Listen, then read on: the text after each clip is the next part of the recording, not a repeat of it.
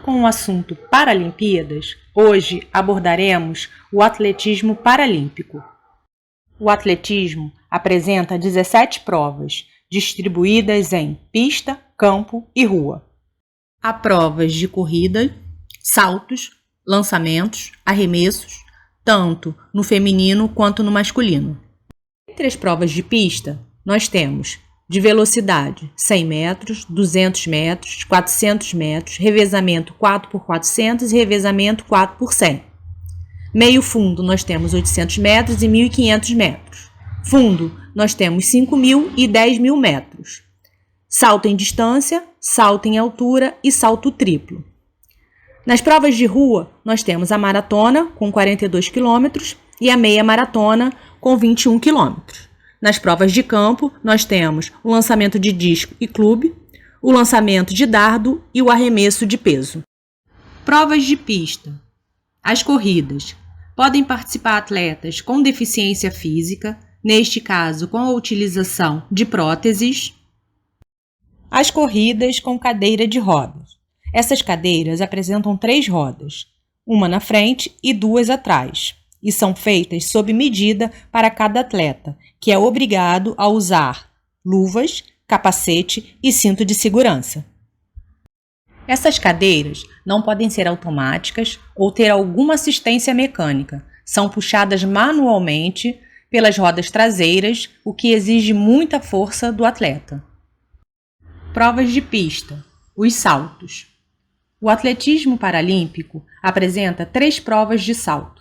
Salto em distância, masculino e feminino, salto triplo, somente masculino, e salto em altura, somente masculino. Provas de campo. Dentre as provas de campo, nós temos o lançamento de dardo, e nesse slide nós vemos 2 deficientes físicos, um com deficiência e membros inferiores, sentado no banco, e o outro portador de nanismo, conhecido como anão. Outras provas de campo são o arremesso de peso e o lançamento de disco. Nestas provas, podem competir atletas masculino e feminino com deficiências física, visual e intelectual. O objetivo destas provas é lançar o objeto, o peso ou o disco o mais longe possível, tendo cada atleta 3 tentativas. No lançamento do clube, prova exclusiva de Jogos Paralímpicos, o atleta, masculino ou feminino, precisa lançar um taco de madeira com base de metal e peso mínimo de 397 gramas o mais longe possível.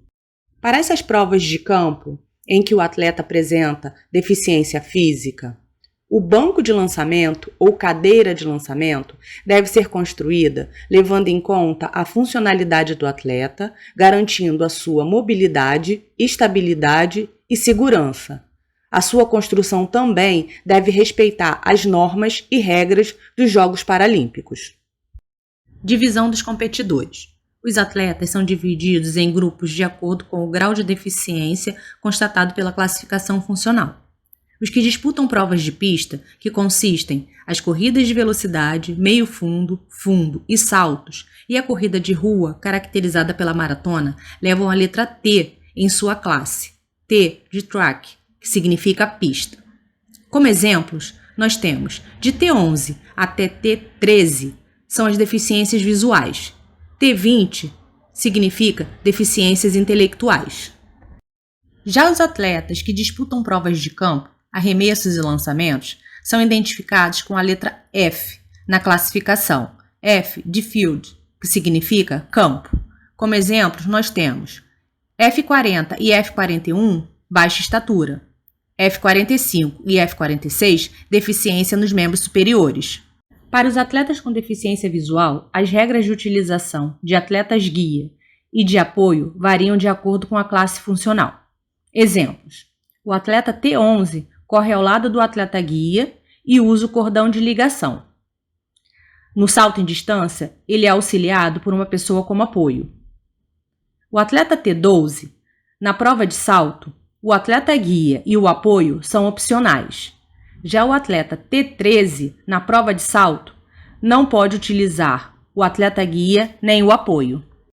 Nesse slide, nós vemos os atletas masculino e feminino com deficiência visual correndo ao lado do seu atleta guia.